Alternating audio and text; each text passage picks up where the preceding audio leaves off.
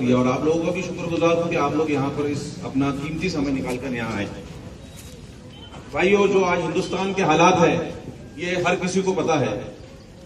हम लोग social media में, फेसबुक में, व्हाट्सएप में सब पढ़ रहे हैं क्या हो रहा है दुनिया में, सब लोगों को पता है। बेगुनाहों को मौत के घाट उतारा जा रहा है। एक आतंकवादियों की भीड़ आती है और वो कभी गोश्त के नाम पर, कभी किसी और चीज के नाम पर, या कभी फेसबुक व्हाट्सएप के ऊपर में कुछ कमेंट्स के नाम पर जो लोगों को कत्ल किया जा रहा है, मजलिस इत्तेहादुल मुस्लिमीन इसका विरोध करती है। और हम ये सरकार से मांग करते हैं कि इस तरीके से जो लोगों को मार रहे हैं इनको भी उन आतंकवादियों की श्रेणी में लाना चाहिए जो देश के गद्दार है। हम भी चाहते हैं कि ये लोग जो बेगुनाह मुसलमानों को, दलितों को जो लोग मार रहे हैं ये भी देश के गद्दार है और इनके ऊपर भी उसी तरह कार्रवाई की जानी चाहिए जो आतंकवादियों के खिलाफ जिस तरीके से कार्रवाई की जा सकती है। दोस्तों, ये जो मॉब लॉन्चिंग का जो प्रोग्राम शुरू हुआ, इसकी शुरुआत कहां से हुई थी?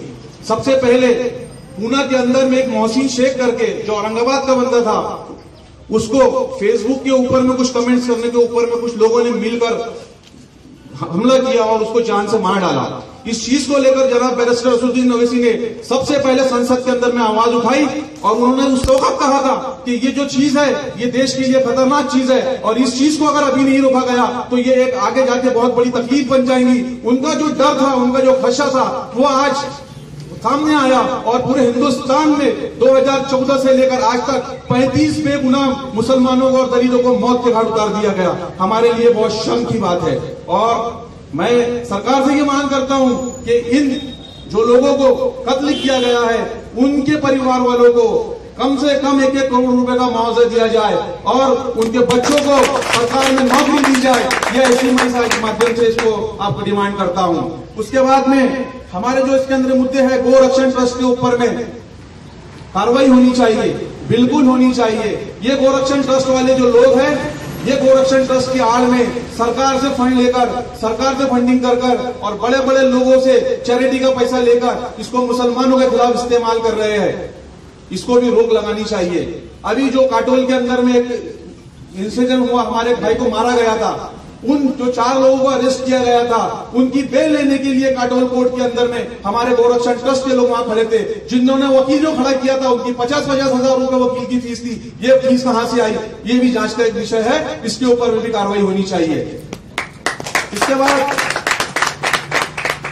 जो 15% रिजर्वेशन का जो इन्होंने यहां मुद्दा लिया गया है, आज तेलंगाना के अंदर में मुसलमानों को रिजर्वेशन मिल रहा है, आज कर्नाटका के अंदर में मुसलमानों को रिजर्वेशन मिला, महाराष्ट्र में क्यों नहीं? महाराष्ट्र के अंदर में ये कांग्रेस और एनसीपी की सरकार ने अपने जाते जाते समय में 5% रिजर्वेशन लेके गया, मुसलमानों को धोखा दिया। 15 सालों से ये राष्ट्र के अंदर में रहे मगर इन्हें रिजर्वेशन याद नहीं आया। जब इनको लगा कि इनकी सरकार जाने वाली है तो इन्होंने रिजर्वेशन लाकर 5% मुसलमानों को रिजर्वेशन का दिया, मगर वो रिजर्वेशन टिका नहीं, वो रिजर्वेशन टिका नहीं, उसे सरकार ने वापस ले लिया। जब बीजेपी की सरकार आई तो उन्होंने मराठों के रिजर्वेशन की वकालत की मगर मुसलमानों के रिजर्वेशन के बारे में उन्होंने कुछ नहीं कहा। तो हम ये डिमांड करते हैं कि मुसलमानों को भी रिजर्वेशन मिलना चाहिए और हम किसी धर्म के नाम पर या किसी की जात के नाम पर रिजर्वेशन नहीं मांग रहे।